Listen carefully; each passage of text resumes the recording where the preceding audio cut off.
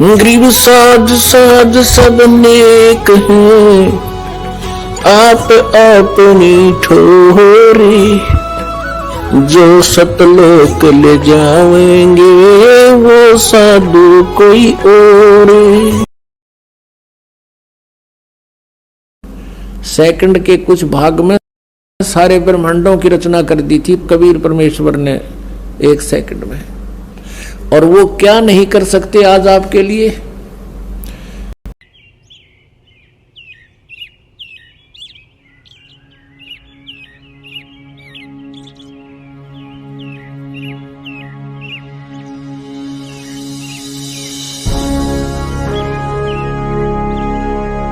सन 1398 विक्रमी संवत 1455 ज्येष्ठ मास की पूर्णिमा का ब्रह्म मुहूर्त।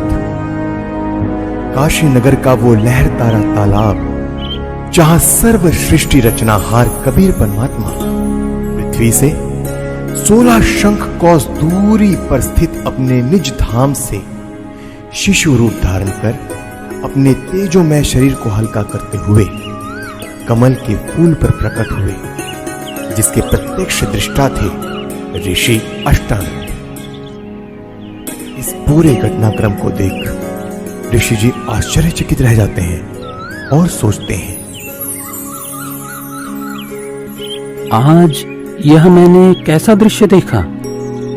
ये मेरी भक्ति की उपलब्धि है या कोई भ्रम। गुरुदेव से पूछता हूं।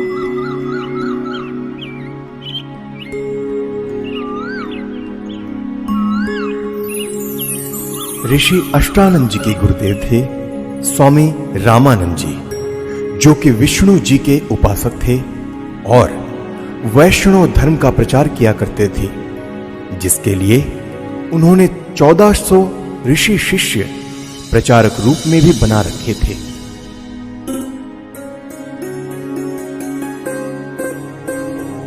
प्रणाम गुरुदेव। प्रणाम। क्या बात है अष्टानंद, कुछ दुविधा में लग रहे हो? हे गुरुदेव, आपकी आज्ञा हो तो मैं अपनी एक शंका का समाधान चाहता हूं। कहो, क्या बात है?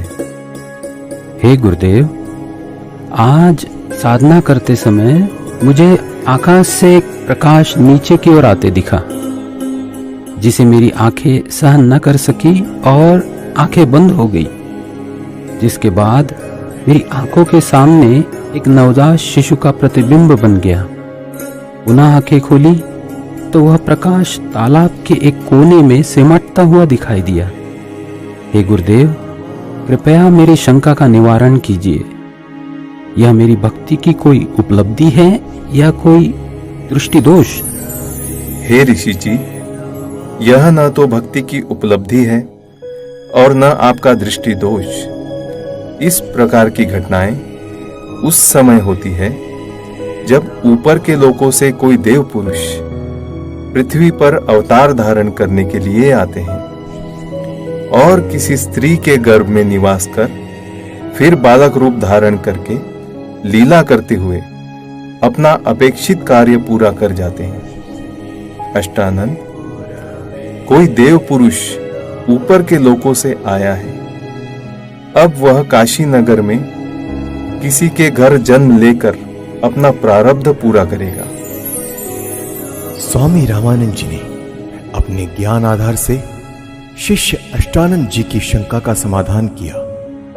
स्वामी जी का मानना था कि अवतार मां के गर्भ से ही जन्म लेते हैं, लेकिन स्वामी जी को यह ज्ञान नहीं था कि यहां कोई अवतार गण नहीं, बल्कि स्वयं पूर्ण परमात्मा अवतरित हुए हैं, जो किसी माता के गर्भ से जन्म नहीं लेते। वहीं दूसरी ओर काशी में ही नीरू नीमा नाम के एक मुसलमान जुलाहा दंपति भी रहा करते थे। वैसे तो इसी जन्म में वह ब्राह्मण और ब्राह्मणी थी। नीरू का नाम गौरी शंकर और नीमा का नाम सरस्वती था। उनकी कोई संतान भी नहीं थी। वह भगवान शिव की भक्ति करते थे और शिव पुराण की निस्वार्थ कथा किया करते थे। उनकी इसी निस्वार्थ सेवा और हिंदू धर्म के बढ़ते प्रचार को देख मुस्लिम लोगों द्वारा जबरदस्ती उनको मुसलमान बना दिया गया, जिसके बाद हिंदू धर्म के ही अन्य पंडित ब्राह्मणों ने उनको मुसलमान घोषित कर उनका कथा करना और गंगा दरिया में स्नान आदि करना बंद कर दिया, जिसके बाद नीरू और नीमा रोजाना लहर तारा तालाब पर स्नान करने जाने लगे। भले ही उनको मुसलमान बना दिया गया था, परंतु अब भी भगवान शंकर के प्रति उनकी अटूट श्रद्धा थी। प्रतिदिन की तरह ब्रह्म मुहूर्त में आज भी नीरू और नीमा लहर तारा तालाब पर स्नान करने जा रहे थे। संतान ना होने के कारण नीमा अपने भगवान शिव शंकर जी से रोते रोते हृदय से प्रार्थना करते हुए जा रही थी। हे भगवान शंकर, आपके दरबार में लालों की कमी है। एक लाल मुझे भी देते तो मेरा इस संसार में हिस्सा हो जाता। नीमा, हमारे भाग्य में संतान नहीं है। अगर होती तो भगवान पहले ही दे देते। आप रो मत, ऐसे रो रो कर अपनी आंखें खराब और कर लोगी। हमारा कोई उंगली पकड़ने वाला भी नहीं है इस दुनिया में।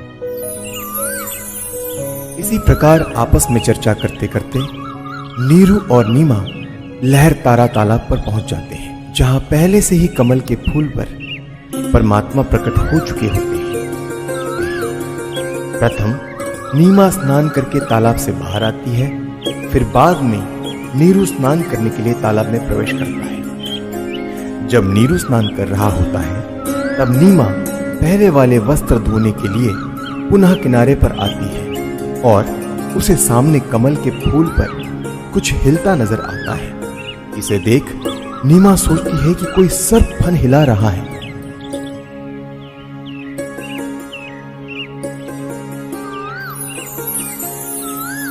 देखना जी, कमल के फूल पर बालक है।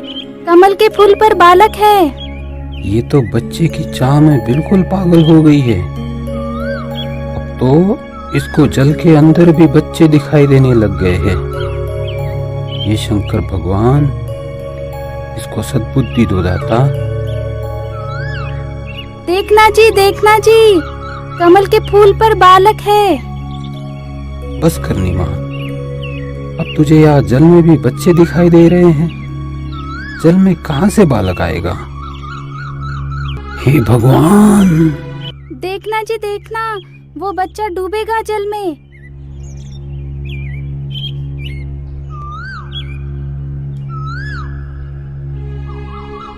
ये बालक पता नहीं किसका है। अब इसको हम घर लेकर जाएंगे तो नगर के लोग पूछेंगे कि किसका बालक चुरा कर लाए हो। हम बताएंगे कि कमल के फूल पर मिला तो कोई यकीन नहीं करेगा। इस बालक को भी छीन लेंगे और पिटाई करके नगर से भी निकाल देंगे। अब हिंदुओं से हमारा संपर्क रहा नहीं और मुसलमानों से भी अभी हमारी इतनी जानकारी है नहीं। नीमा, इस बालक को यही छोड़ दे, इसी में हमारी भलाई है। अगर इसे लेकर हम नगर में गए तो हमारे साथ बहुत बुरा होगा। कोई विश्वास भी नहीं करेगा हम पर। नीरू नीमा को सारी स्थिति से परिचित करवाता है, जिसके बाद नीमा बोलती है, पता नहीं इस बालक ने मुझ पर क्या जादू कर दिया।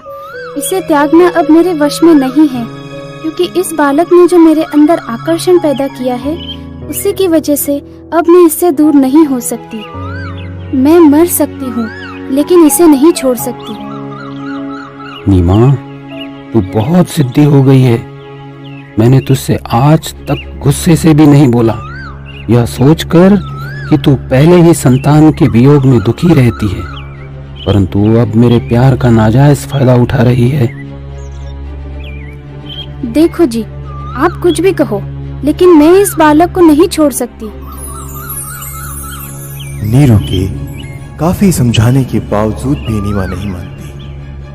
तब नीरू ने रोते हुए आंखों में आंसू लिए पहली बार नीमा के ऊपर हाथ उठाया और बोला, रख दे इस बालक को यही, नहीं तो तुझे थप्पड़ मारूंगा। नीरू, मैं तुम्हारे लिए ही आया हूँ, मुझे घर ले चलो, तुम्हें कोई कुछ नहीं कहेगा। ये क्या बालक बोल रहा है? जरूर यह भूत प्रेत या कोई सिद्ध पुरुष है। हे शंकर भगवान, लाज रखना। यह विचार कर नीरू चुपचाप बच्चे को घर ले जाता है। परमेश्वर का शरीर बहुत सुंदर था, आंखें जैसे कमल के फूल हो, घुंघराले बाल, लंबे हाथ और उनकी लंबी लंबी अंगुलियां, शरीर से मानो नूर झलक रहा। पूरी काशी में ऐसा अद्भुत बालक नहीं था। नवजात शिशु रूप परमेश्वर कबीर जी को देखने के लिए पूरा काशी नगर उमड़ पड़ा। जो भी बालक को देखता तो उसके चेहरे से दृष्टि हटाने को दिल नहीं करता। शिशु रूप परमेश्वर को देख आत्मा अपने आप खींची चली जाती। देखते ही देखते स्त्री पुरुष झुंड के झुंड बनाकर मंगल गीत गाते हुए नीरू के घर बच्चा देखने को आने लग गए। परमेश्वर कबीर जी को देखकर कोई कहता यह बालक तो देव अवतार है, कोई कहता कि यह तो साक्षात विष्णु जी आए हैं, कोई कह रहा था यह भगवान शिव ही अपनी काशी नगरी को कृतार्थ करने के लिए उत्पन्न हुए हैं। अपनी अपनी समझ के अनुसार कोई कुछ कह रहा था तो कोई कुछ। यह सब सुनकर नीमा अप्रसन्न हो जाती है। मेरे बच्चे के विषय में कोई कुछ मत कहो। तुमने कभी बच्चा देखा भी है कि नहीं? ऐसे समूह के समूह मेरे बालक को देखने आ रहे हो? नीमा, हमने बालक तो बहुत देखे हैं, परंतु आपके बालक जैसा कभी नहीं देखा, इसीलिए हम इसे देखने आए हैं। हे भगवान शंकर, इनकी नजर से मेरे बच्चे की रक्षा करना। नीमा ने बालक रूप में परमेश्वर कबीर जी को ज्यों ही दूध पिलाने की कोशिश की तो परमेश्वर ने मुंह बंद कर लिया। सर्व प्रयत्न करने पर भी नीरू नीमा बालक को दूध पिलाने में असफल रहे। 25 दिन बीत गए, परंतु बालक ने कुछ नहीं खाया पिया।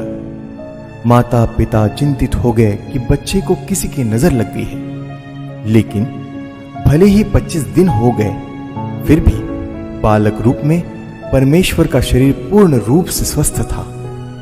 परंतु नीमा को डर था कि बिना कुछ खाए पिए यह बालक जीवित कैसे रहेगा, इसकी कभी भी मृत्यु हो सकती है। यह सोचकर एक दिन नीमा फूट फूट कर रो रही थी और व्याकुल होकर भगवान शंकर से रह रह कर प्रार्थना कर रही थी कि हे शंकर भगवान, या तो ये बालक देना ही नहीं था, जैसे तैसे रो धो कर मैं अपना जीवन व्यतीत कर लेती, और अब दिया है तो ये मुझसे छीनो मत। इसके बिना मैं नहीं रह सकती। ये बालक मरेगा तो इसके साथ मैं भी मरूंगी। तब परमात्मा जो अजर अमर अविनाशी हैं, भगवान शिव को प्रेरणा करके बुलाते हैं, क्योंकि उन्हें पता था कि मैं तो मारूंगा नहीं, पर मेरी चिंता में जरूर मर जाएगी। क्यों रो रही हो बेटी? क्या परेशानी है आपकी? हे महात्मा जी, हम निसंतान थे। 25 दिन पूर्व भगवान शंकर जी ने यह बालक हमें दिया, लेकिन अभी तक इस बच्चे ने दूध नहीं पिया। सभी कोशिशें करके हम थक चुके हैं। आज भी इसने कुछ भी आहार नहीं किया। मैं इसलिए रो रही हूँ कि अब यह बालक मरेगा और इसके साथ मैं भी आत्महत्या करूंगी। आपका बालक मुझे दिखाइए। इस बालक की लंबी आयु है, यह मरने वाला नहीं है। देख नीमा, कितना स्वस्थ है, कमल जैसा चेहरा खिला है। हे विप्रवर, बनावटी सांत्वना से मुझे संतोष होने वाला नहीं है। बच्चा दूध पिएगा तो मुझे सुख की सांस आएगी। हे शंकर जी, आप इन्हें कहो एक कुंवारी गाय लाए, जिस पर आप अपना आशीर्वाद भरा हाथ रखना, फिर वह दूध देगी। मैं उस कुंवारी गाय का ही दूध पीऊंगा। बेटी, अपने पति को बुलाओ। नीरू, एक कुंवारी गाय ले आओ और साथ में कुम्हार के घर से एक घड़ा भी लेकर आना। वह बछिया दूध देगी, उस दूध को यह बालक पिएगा। नीरू कुछ देर बाद ही एक बछिया और मटका लेकर आ जाता है, जिसके बाद परमेश्वर कबीर जी के आदेशानुसार विप्र रूपधारी शिव जी ने उस कुंवारी गाय की पीठ पर आशीर्वाद भरा हाथ रखा। उसी समय उस कुमारी गाय के थन लंबे लंबे हो गए और थनों से दूध की धार बह चली। नीरू ने पहले ही वह पात्र गाय के थनों के नीचे रख दिया था। दूध का पात्र भरते ही थनों से दूध निकलना बंद हो जाता है। फिर उस दूध को शिशु रूपधारी परमेश्वर कबीर जी ने पिया। नीरू नीमा ने ब्राह्मण रूपधारी भगवान शिव के चरण लिए। तत्पश्चात विप्र रूपधारी शिव जी वहां से चले जाते हैं।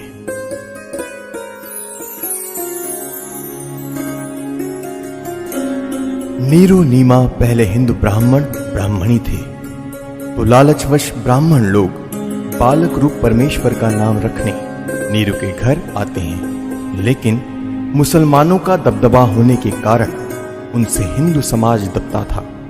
काजियों ने कहा कि अब यह मुसलमान हो चुके हैं, लड़के का नामकरण हम मुसलमान विधि से ही करेंगे। इतना कहकर नामकरण के उद्देश्य से काजी कुरान शरीफ को खोलता है, जिसमें प्रथम पृष्ठ की प्रथम पंक्ति का प्रथम अक्षर कबीर लिखा मिलता है। काजियों ने सोचा कि कबीर नाम का अर्थ बड़ा होता है, तो एक छोटी जाति के बालक का नाम कबीर रखना उचित नहीं रहेगा। यह सोचकर काजी द्वारा पुनः पवित्र कुरान शरीफ को खोला गया, तो दोनों पृष्ठ पर कबीर कबीर अक्षर लिखे मिले। इसके बाद काजी ने पूरी कुरान शरीफ का निरीक्षण किया, तो पूरी कुरान शरीफ में कबीर कबीर कबीर अक्षर लिखा था, अन्य लेख नहीं रहा। यह कोई साधारण बालक नहीं है। इस बालक ने कोई जादू जंतर करके हमारी कुरान शरीफ को ही बदल डाला। हे काशी के काजियों, मैं कबीर अल्लाहू अकबर हूँ। कल युग में मेरा नाम कबीर ही रहेगा।